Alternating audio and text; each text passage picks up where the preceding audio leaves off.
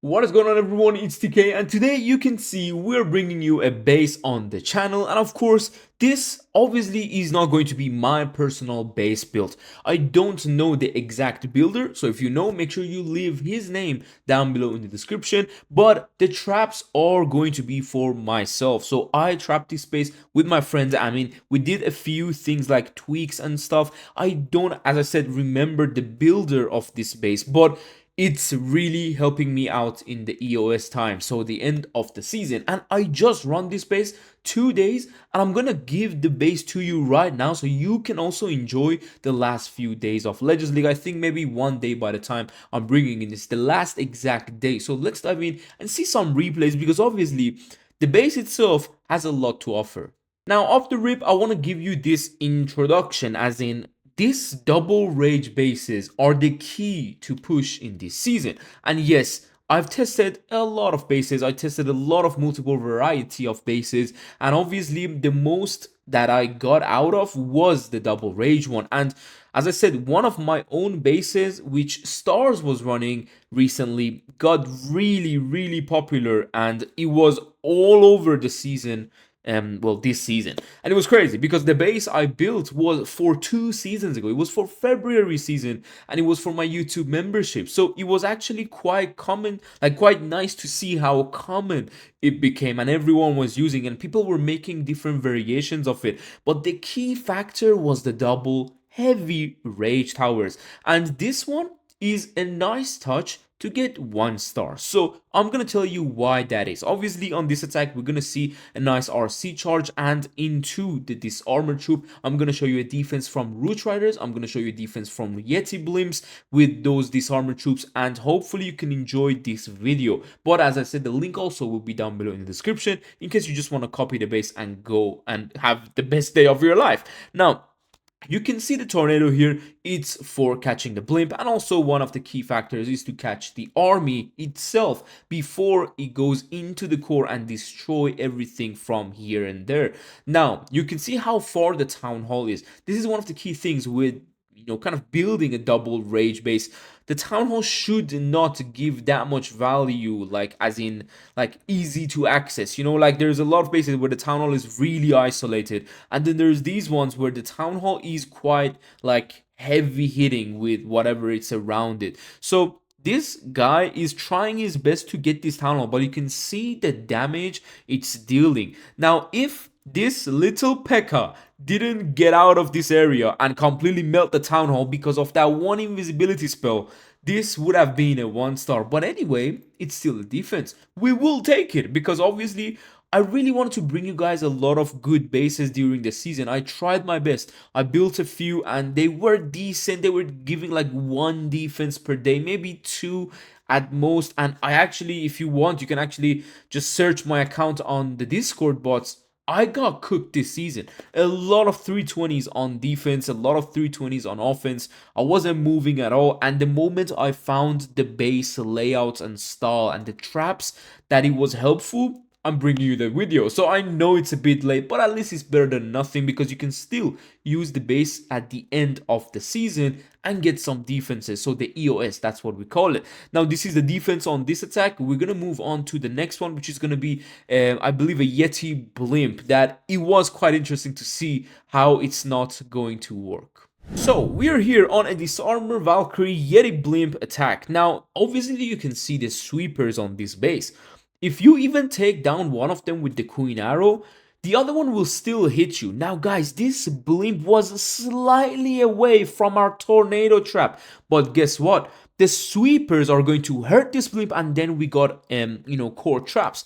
This will easily make it so these Yeti mites cannot reach the town hall with the double well, what you call it, spitters, and then we have that what do you call that? The Fernance, yes. So I'm kind of forgetting the names. Now, you can run a Super Dragon Ice Golem on this as well, but I had better luck with Ice Golem, Furnace, and a Headhunter.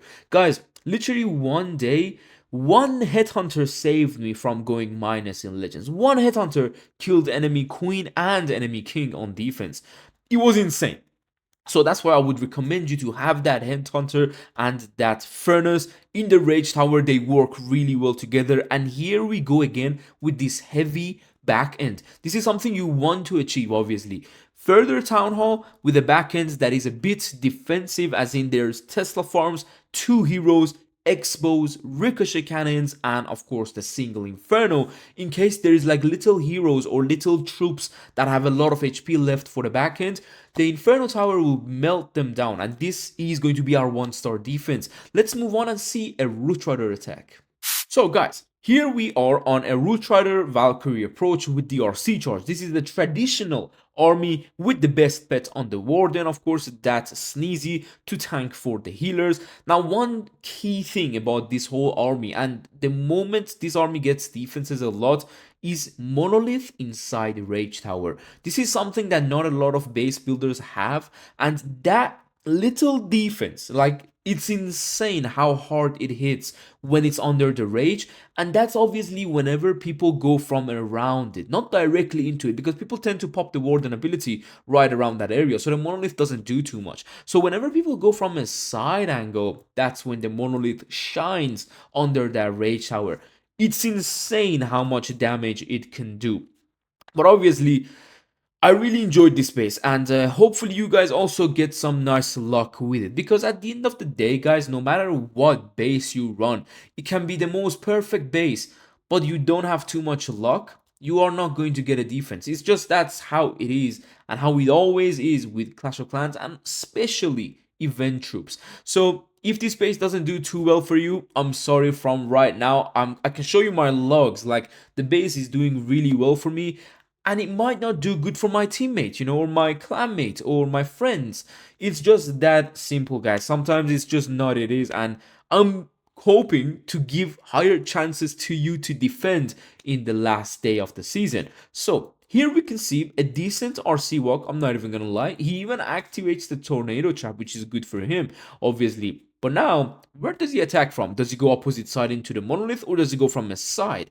Now, he is going to choose the side approach, which you're going to see a Raged Monolith in action. Because if he went to the opposite side, I believe he would do a 1-star, because there is no way you can reach the Town Hall from that opposite side. So he's killing the CC on the other side. I don't think he's actually killing it. It's just like he's not paying attention to it.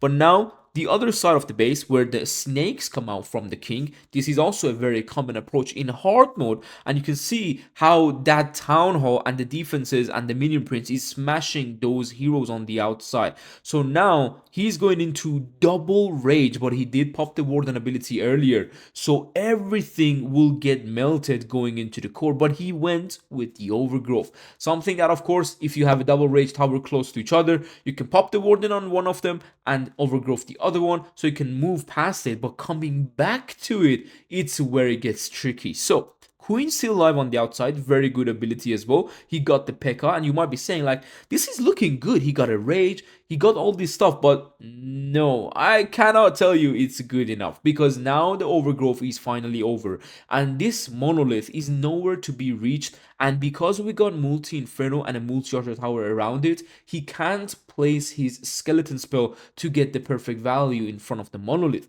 so he's gonna run out of juice in this attack. One key thing is, guys, the Giant camp and the P.E.K.K.A camp, the Kayn, they're in front of so much damage. So when the Giant opens, he goes to the Wizard Towers on both sides. This means the Monolith has access to smash it down. And the other side, when the Kayn gets open, there is King and Warden with some Teslas and bombs with Ricochet cannons and Expos to absolutely melt him down. So you can see how every angle of this base is decently protected. Now, obviously, this attack is coming a lot more closer to the end, but a defense is a defense. You can try your best to like get a good defense from a certain base, but sometimes this is all you get. An 88% certainly time fell, but it's an 88%, which is only 28 cops. It's really nice to get certain defenses, and because the base is a bit open, you can get time fells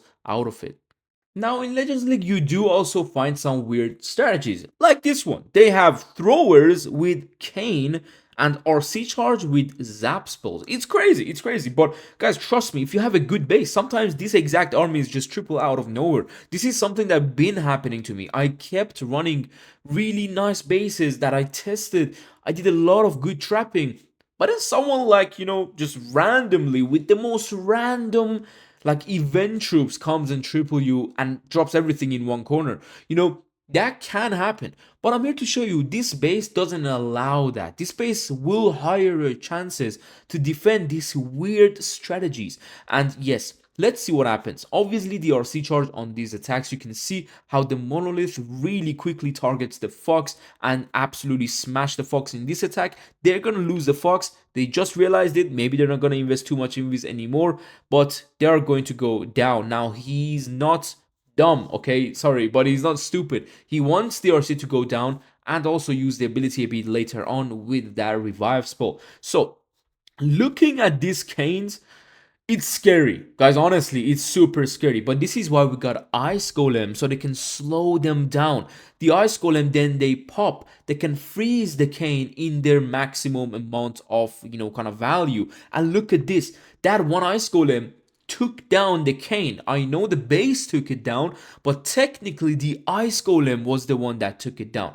Now you can see how things are going bad for him. So, well, let's see what he does. He's going to try to keep the RC alive. He has a cane and the king on the outside. Does he have the earthquake? No, he doesn't. So, Rage Tower goes off. He's going to lightning the other cane. Try to get some value with that second ability of the cane. Let's see if he can. Obviously, the Town Hall is one of the key things to stay alive right now. So, you can shoot the queen. You can shoot the king. Let's see the spiky ball. Let's see how he does get the Town Hall. Oh my god, this is going to be close, guys. No way, this would also be a 1-star if only he didn't have that invisibility or something. Like, you can see how close the attacks come as in a 1-star aspect. And that is what you need from a good base in EOS in end of the season. You need the highest chance you can get to get a 1-star or defenses. So hopefully again this base will help you guys out a lot. I tried my best to bring you a base, and guys, obviously today in a few hours Blueprint channel will also put a base that I designed. I fully trapped and fully designed that base from zero, so you can also have 2 bases in case you're running multiple accounts for the EOS. So you can enjoy both of them, and trust me, it's good. If it comes out, I will link down that video from Blueprint in the comments of this one, so you can also dive there and also grab that base link from the Blueprint channel. Don't forget, as always, to use code BLUE because obviously I'm a partner there and I'm a creator, and hopefully you guys enjoyed this video. Take care. See you soon. Peace.